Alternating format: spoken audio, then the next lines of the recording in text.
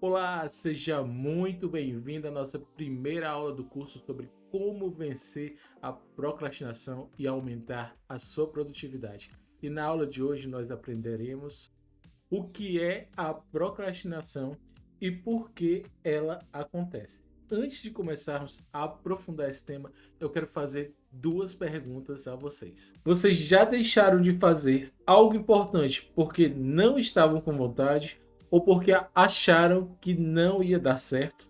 Ou vocês já se sentiram culpados ou ansiosos por adiar uma tarefa que deveriam ter feito antes? Se vocês responderam sim para uma ou para as duas perguntas anteriores, saibam que vocês não estão sozinhos. A procrastinação é uma tendência comum que vem afetando a vida de muitas pessoas mundialmente. Mas o que é a procrastinação, afinal? A procrastinação é o ato de adiar, postergar tarefas ou atividades, substituindo-as por outras menos importantes ou até mesmo evitando essas tarefas completamente. Um exemplo muito comum de procrastinação é quando você tem que estudar para uma prova, mas você deixa para estudar na véspera daquela prova. A procrastinação pode ter consequências negativas para o nosso desempenho, para o nosso bem-estar e também para a nossa autoestima. Por isso é muito importante compreender os fatores que nos levam a procrastinar e aprender as estratégias para superar a procrastinação. E esse é o nosso objetivo com essa aula. E nessa aula vamos abordar os seguintes tópicos: os principais fatores que levam à procrastinação, o papel da motivação na procrastinação, crenças limitantes e a sua influência na procrastinação. Os principais fatores que contribuem para a procrastinação são a falta de clareza sobre as tarefas, quando não sabemos o que temos que fazer, o tempo que vai levar para concluir essa tarefa e qual o resultado esperado, podemos nos sentir confusos, perdidos e acabar procrastinando. Se você tem que fazer um trabalho altamente complexo, você pode se sentir sobrecarregado e acabar nem sabendo por onde iniciar esse trabalho. A falta de planejamento adequado, quando não temos um plano de ação claro e realista para a realização de uma determinada tarefa, podemos nos sentir desorganizados e acabar sem foco e, por final, acabar procrastinando. Por exemplo, se você tem que estudar para uma prova, mas você não tem um cronograma de estudos definido, você pode se distrair com outras coisas do dia a dia e acabar deixando para estudar para a prova na última hora. Isso já aconteceu com você? A busca por uma gratificação imediata, quando decidimos fazer as atividades mais prazerosas ou fáceis do que as mais importantes que temos que fazer, podemos nos sentir tentados a procrastinar. Por exemplo, se você tem que fazer um relatório chato do seu trabalho ou algo que você não gosta de fazer no seu dia a dia, você pode se sentir tentado a jogar videogame ou até mesmo ficar navegando nas redes sociais. O medo do fracasso ou da crítica, quando temos medo de errar, de não atender às expectativas ou de sermos julgados pelos outros, podemos nos sentir inseguros ou ansiosos e acabar procrastinando. Um exemplo muito comum é quando você vai fazer uma apresentação ao público, uma palestra ou apresentar um trabalho da faculdade, mas você tem muito medo de esquecer e acabar aí sendo ridicularizado pelos colegas ou que as pessoas tenham uma má impressão da sua apresentação. E a procrastinação vai agir nesse caso da seguinte forma: você vai evitar treinar e também vai evitar se preparar. E isso vai levar a você ter um desempenho abaixo da expectativa. A sobrecarga de tarefas, quando temos muitas coisas a fazer em pouco tempo ou muitas coisas a fazer no mesmo tempo, podemos ficar estressados, sobrecarregados e acabar procrastinando. Por exemplo, se você tem muitos trabalhos para entregar numa mesma semana, você pode ficar paralisado ou até mesmo desanimado e acabar não conseguindo entregar nenhum deles. A falta de habilidade ou da autodisciplina.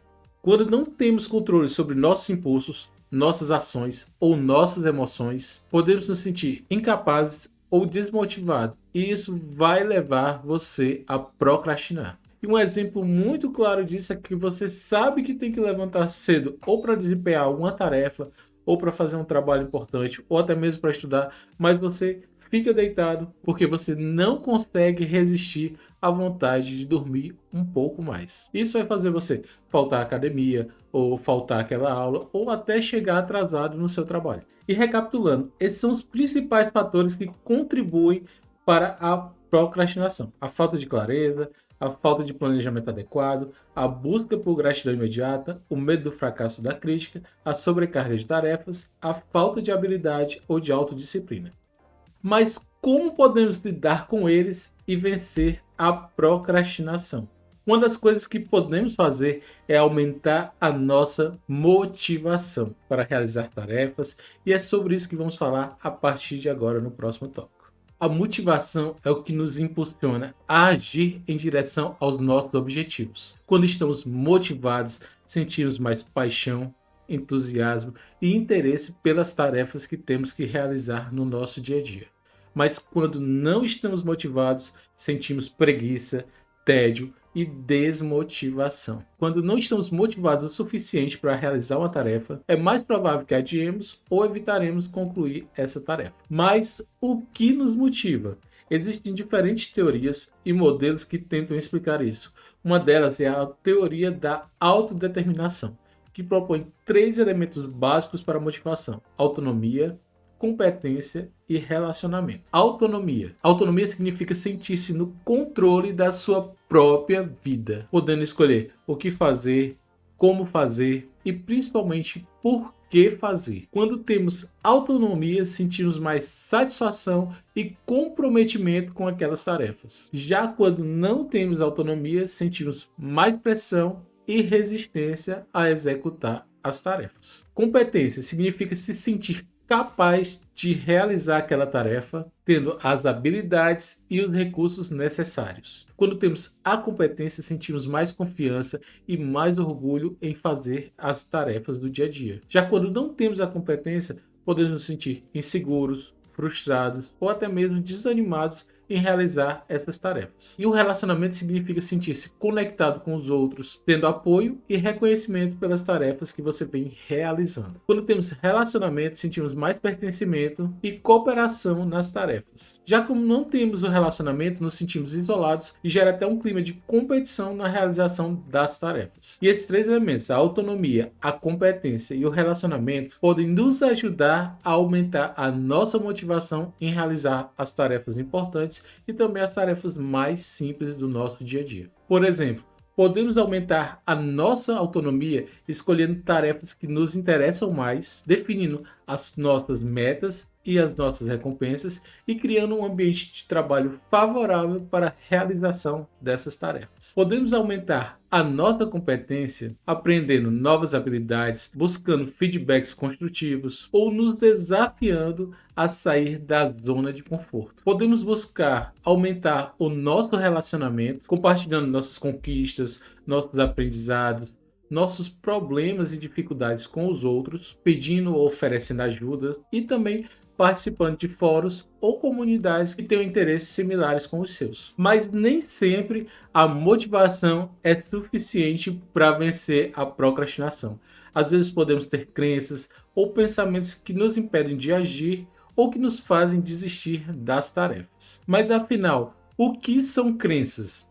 Crenças são ideias ou convicções que temos sobre nós mesmos, sobre os outros ou sobre o mundo. Elas podem ser positivas, negativas, verdadeiras ou falsas, racionais ou irracionais. E por que as crenças são tão importantes? As crenças, elas influenciam os nossos pensamentos, os nossos sentimentos e as nossas emoções. Algumas crenças podem fazer com que nós alcancemos os nossos objetivos. Já outras podem atrapalhar e fazer com que você não consiga alcançar os seus sonhos. E essas crenças que nos atrapalham ou nos sabotam são chamadas de crenças limitantes. E as crenças limitantes são aquelas que nos fazem duvidar da nossa capacidade, das nossas possibilidades e até do nosso merecimento. E elas são aquelas que nos fazem pensar coisas como: não sou bom o suficiente, não mereço esse trabalho, essa tarefa, não mereço esse carro, não mereço isso, eu não posso fazer isso, eu não tenho tempo, não vale a pena, não sou capaz, não mereço, e várias outras aí que você já deve conhecer. Todas essas crenças, elas vão levar você à paralisação e à procrastinação. Mas como podemos lidar com essas crenças limitantes e transformá-las em crenças mais positivas e capacitadoras? Existe uma técnica que podemos utilizar e é o método ABCDE. E o método ABCDE consiste em evento, crença, consequência, disputa e efeito. O evento é a ação que desencadeia a nossa crença. Por exemplo, você tem uma tarefa desafiadora ou um trabalho muito difícil de executar e esse evento pode gerar uma crença limitante. A crença é a ideia ou a convicção que temos sobre o evento. Por exemplo, você pensa que não é capaz, que você não tem tempo, que você vai fracassar. E essa é a crença limitante que você gerou a partir daquele evento. A consequência é o resultado ou o efeito da nossa crença. Por exemplo, você pode sentir medo, desânimo, ansiedade, e essa é a consequência que ela gera na sua emoção ou no seu comportamento. A disputa é o questionamento ou a contestação da nossa crença. Por exemplo, você começa a se perguntar se essa crença é verdadeira ou falsa, se essa crença é racional, se ela é útil para você. E gerando essa disputa, você começa a desafiar a sua crença. E o efeito é a mudança ou a transformação da nossa crença. Por exemplo, você identificou uma crença limitante, você vai substituir essa crença limitante por uma crença positiva e capacitadora. Se sua crença era de que você não era capaz, e você vai confrontar essa crença de não capacidade, você vai dizer, eu me preparei, eu estudei. Então você vai substituir essa crença limitante de incapacidade por uma crença positiva de competência. E isso vai gerar um efeito positivo no seu comportamento e nas suas emoções. Um outro exemplo prático que eu vou ensinar para vocês também, pessoal, sobre o método ABCDE é o seguinte: o evento, você tem que fazer uma redação sobre um tema que você não domina. A crença, você pensa que não sabe escrever bem e que vai tirar uma nota baixa. A consequência, você sente medo, ansiedade e desânimo. Você adia ou evita a fazer a redação. A disputa, você se pergunta se essa crença é verdadeira, se ela é útil, se ela é racional. Você procura se lembrar de outras vezes que você